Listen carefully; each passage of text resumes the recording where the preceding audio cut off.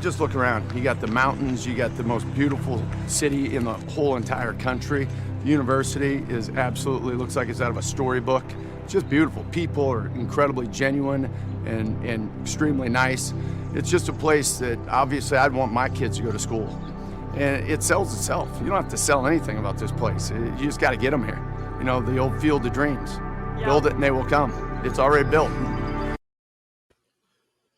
Welcome to the Talkin VAWLS Network. My name is Boogie Bentley, and it is game day. The talk is done. You probably watched every single VAWLS hype video you can possibly find on YouTube. You probably watched them 5 or 6 times by this point. You've read all the preseason articles, the magazines. You've heard all the podcasts. It's time to shut up, stop talking about it, and go play some football. But today I'm going to take a quick look at 5 things I'm going to be watching for in tonight's game against Bowling Green. But before we get into it, you guys know the deal. Do me a favor, just below the video, hit that thumbs up. Also, if you're new to the channel, welcome. This is the Talkin VAWLS Network. We're not experts. We're not insiders. We don't pretend to be something we're not.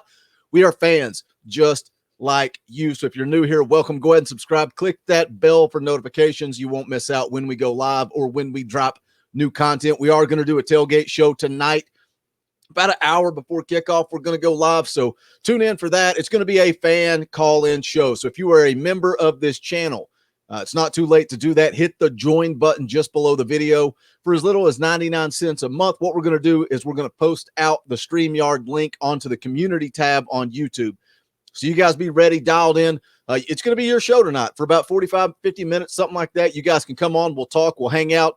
We can get as many as 10 people in here. It's just going to be a good time with good friends, talking a little ball before the VAWLS kickoff against Bowling Green.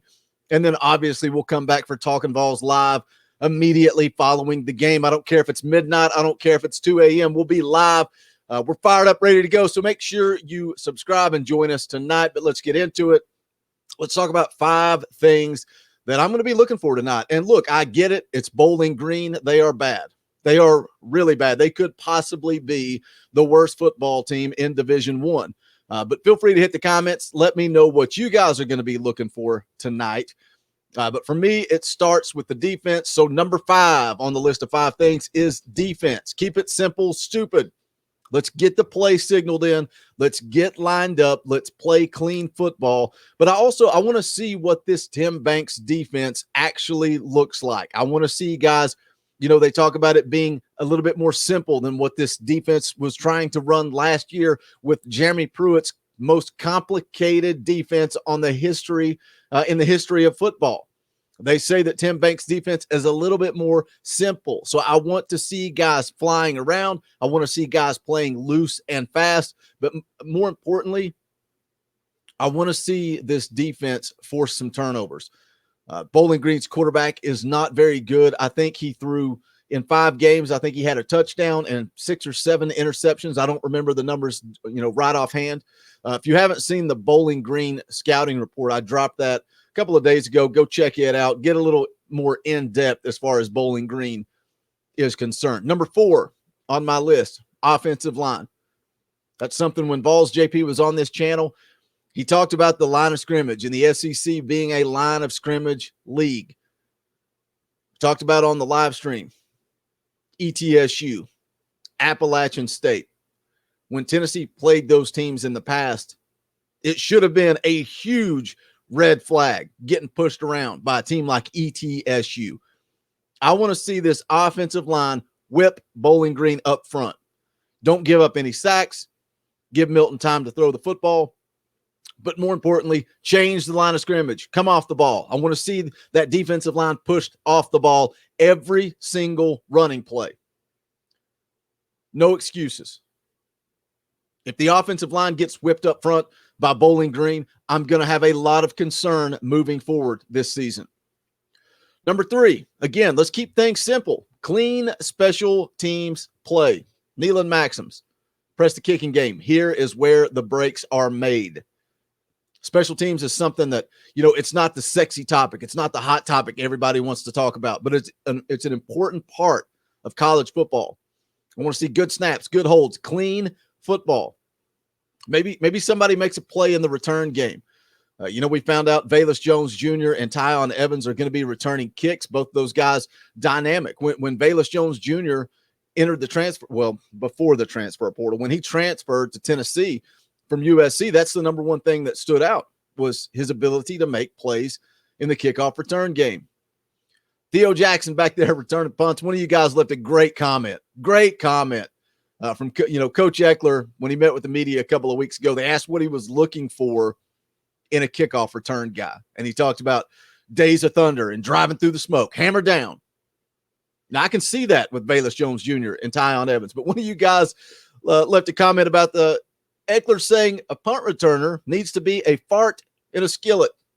I don't really know what a fart in a skillet is, but I don't know if that really defines Theo Jackson. One of you guys dropped that in the comments. I thought that was pretty funny. But somebody needs to make a play in the return game. Everything else with special teams, I just want it to be clean. No screw ups. If McGrath, I don't know who is going to be kicking. I'm assuming it's going to be McGrath. I may be wrong. If he gets an opportunity to go out there and kick a field goal, let's execute, get it done, put it between the uprights. Number 2 on the list, defensive line. And this kind of goes hand in hand with the offensive line.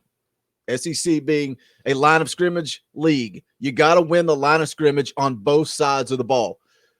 I know that this defensive line has improved. They were cause for concern. Rodney Garner very vocal about that back in the spring.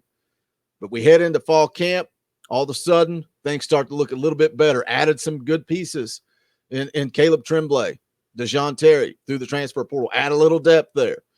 But I want them to whip Bowling Green up front, both sides of the ball, offensive and defensive line. Again, move that line of scrimmage. Somebody's got to get off the ball and put some pressure on the quarterback.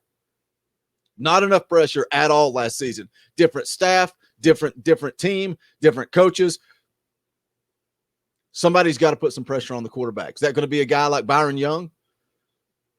Who do you guys think is going to step up on that defensive line? Somebody better get some pressure on that quarterback. Again, we're talking about Bowling Green. They are not very good. I've beat it into the ground. They are not a good football team. I don't expect this to be competitive. I'm not going to come out of this game saying that Joe Milton's going to win the Heisman, or we've got the best defensive line that we've had in 15 years, or these running backs are Heisman candidates. But if Tennessee doesn't execute tonight against Bowling Green, there will be cause for concern. The number one thing I'm going to be watching tonight, and not just me, probably everybody across Vol Nation, the number one thing we're going to be watching is Joe Milton. He's taken up so much time on this channel, on other podcasts. Everybody, since Josh Heupel brought Joe Milton from Michigan, everybody has been talking about Joe. We know how big he is. We know how strong his arm is. Yes, even some of you know what his accuracy percentage was. Congratulations. What I want to see Joe Milton do, he's the type of guy that he can go out there and make a big-time play. He can make a play with his feet. We heard about the 90-plus yard scramble for a touchdown in scrimmage number 2 this fall. Big Joe Milton can go out and make plays and win a ball game. But can he be consistent? Can he be consistent throughout the course of 4 quarters? Can he make the right reads? Can he make the right throws? 3rd and 2, does he make the right read to get a first down? Like I said, Joe Milton's going to make some big-time plays. He's going to make some big-time throws. We're going to be sitting back with our eyes wide saying we've not seen that in Knoxville in a while. I think Joe Milton's going to make some plays, but can he be consistent? We need consistent quarterback play. That's the question for Joe Milton. Not can he throw it 70 yards on a dime, drop it in a bucket for a touchdown. I think he can do that. Can he bring the consistency? Can playing in Josh Heupel's offense reinvent Joe Milton? If so, I think we're going to have a little bit of success this season. You guys know the deal. Drop into the comments. It's game day. I hope you're fired up. I hope you're excited. Drop into those comments. What are 5 things you're going to be looking for in tonight's game against Bowling Green? What are you doing today? What's on the grill? You're going to fire up some chicken wings, hamburgers, hot dogs. What are you doing to get dialed up, prepared, ready for tonight's game? Again, going live, 7 o'clock tailgate show.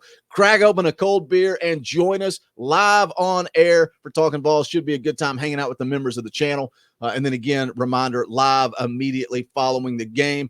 But that's going to wrap it up for this video. See you guys tonight, 7 p.m. This is the Talkin' VAWLS Network. My name is Boogie Bentley. Go Big Orange. How